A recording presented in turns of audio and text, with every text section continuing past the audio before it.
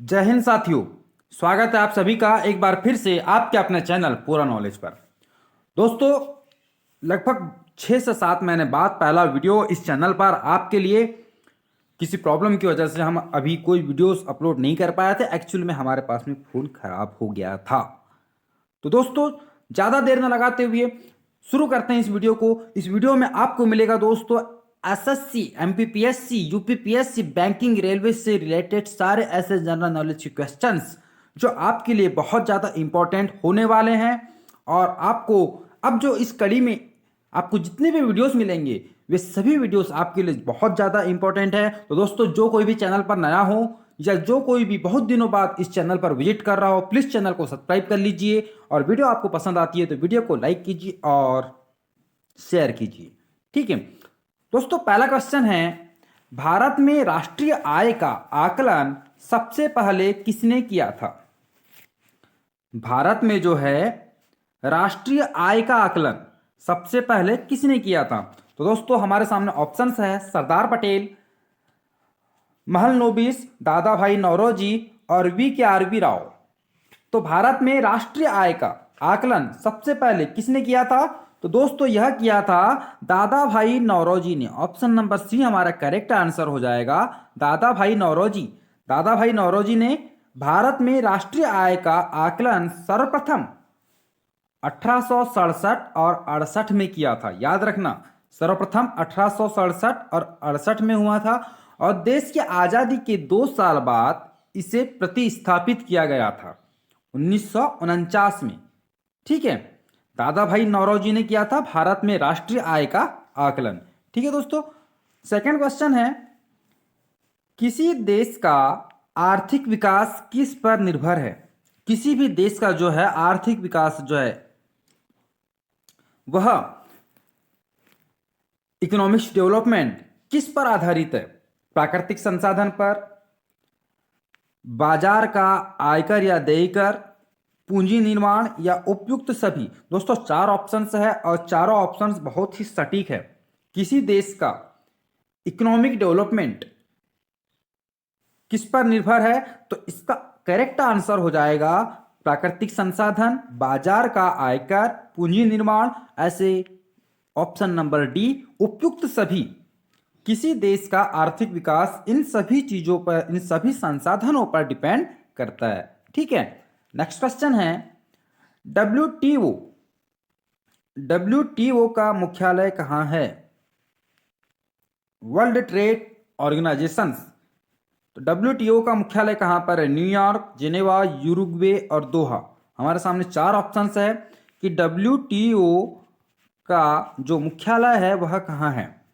तो दोस्तों, इसका करेक्ट आंसर होगा ऑप्शन नंबर बी, जिनेवा, जो कि स्विट्जरलैंड की राजधानी है। डब्ल्यूटीओ का मुख्यालय यहां पर स्थापित है जिनेवा में। ठीक है, क्वेश्चन नंबर 4 है, मुद्रा आपूर्ति किसके द्वारा नियंत्रित की जाती है? मुद्रा आपूर्ति किसके द्वारा नियंत्रित की जाती है? वित्त आयोग के द्वारा, योजना आयोग के द्वारा, व्यापारिक बैंक के द्वारा या भारतीय रिजर्व बैंक के द्वारा? दोस्तों, क्वेश्चंस को बहुत ही इत्मीनान से समझना है, बहुत ही धीरज से समझना है कि आपने को क्वेश्चन पूछ क्या रहा है। मुद्रा आपूर्ति किसके द्वारा नियंत्रित की जाती है? तो इसका आंसर हो जाएगा correct answer option number D, भारतीय रिजर्व बैंक के द्वारा मुद्रा आपूर्ति नियंत्रित की जाती है। ठीक है, नेक्स्ट क्वेश्चन है, भारत में सबसे ऊंचा जलप्रपात कौन सा है? सबसे ऊंचा जलप्रपात की बात हो रही है दोस्तों।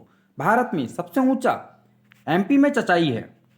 एमपी का सबसे ऊंचा जलप्रपात चचाई है। ठीक है, अब बात करते हैं भारत के सबसे ऊंचे जलप्रपात की। ऑप्शन है होगेनकल प्रपात, शिमला प्रपात, जोग प्रपात और कोटालम प्रपात। तो दोस्तों, हमारे सामने जो 4 ऑप्शंस है इन चारों में से आंसर सही नहीं है। इसका आंसर होगा कुंचिकल, कुंचिकल जलप्रपात।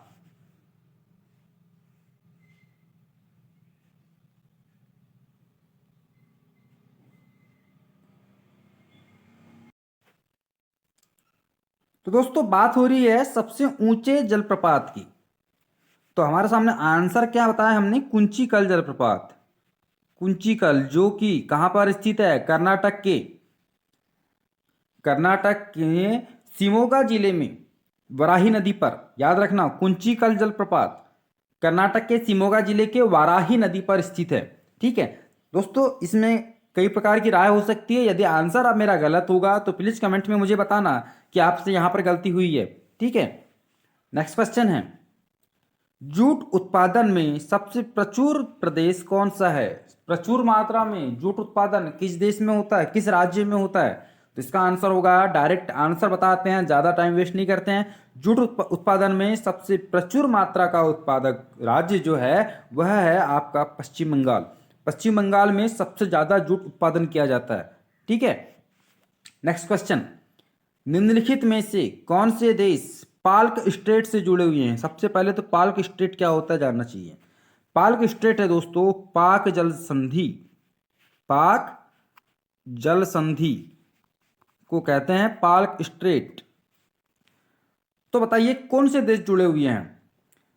तो पाल्क स्ट्रेट से दोस्तों भारत एवं श्रीलंका जुड़ा हुआ है, भारत एवं श्रीलंका। याद रखना, पाक जल संधि से भारत और श्रीलंका जुड़ा हुआ है, जो कि श्रीलंका के जाफना जिले में है ना। पाक जल संधि जो है वह श्रीलंका के जाफना जिले में स्थित है और यह पाक खाड़ी को मन्नार की खाड़ी से जोड़ती है। याद रखना, पाक जल संधि पाक खाड़ी को मन्नार की खाड़ी से जोड़ती है, पाक जल संधि, जो कि भारत के दक्षिणोत्तर राज्य तमिलनाडु की सीमा से लगा हुआ है और श्रीलंका के पश्चिमोत्तर बाफना जिले में स्थित है। ठीक है, याद रहेगा। क्वेश्चन नंबर 8, क्वेश्चन नंबर 8 है, भारत में किस राज्य को चावल का कटोरा कहा जाता है? तो चावल का कटोरा आग बंद करके इसका आंसर लिखना है अपने को, आंध्र प्रदेश। भारत के आंध्र प्रदेश राज्य को चावल का कटोरा कहा जाता है। ठीक है, नेक्स्ट क्वेश्चन, पहली बार परमाणु बम कहां फेंका गया था? परमाणु बम कहां फेंका गया था? तो दोस्तों इसका आंसर क्या होगा, हिरोशिमा। याद रखिएगा, हिरोशिमा में 6 अगस्त 1945 को, 6 अगस्त 1945 को हिरोशिमा में, और उसके बाद नागासाकी में 9 अगस्त 1945 को। यह किस देश के राज्य शहर है? तो यह है दोस्तों जापान के शहर, जापान के शहर है। अमेरिका ने गिराया था 6 अगस्त 1945 को। तो हमारा क्वेश्चन है, पहली बार परमाणु बम कहाँ फेंका गया था? तो इसका आंसर होगा दोस्तों हिरोशिमा। हिरोशिमा में 6 अगस्त 1945 को परमाणु बम फेंका गया था। ठीक है, नेक्स्ट क्वेश्चन है कि ओजोन परत कहाँ पाई जाती है? ओजोन परत क्षोभ मंडल के कुछ ही ऊपर ओजोन परत पाई जाती है दोस्तों। यह पृथ्वी से लगभग 50 किलोमीटर की हाइट पर ओजोन परत पाई जाती है। तो यह पाई जाती है ऑप्शन नंबर डी, समताप मंडल में।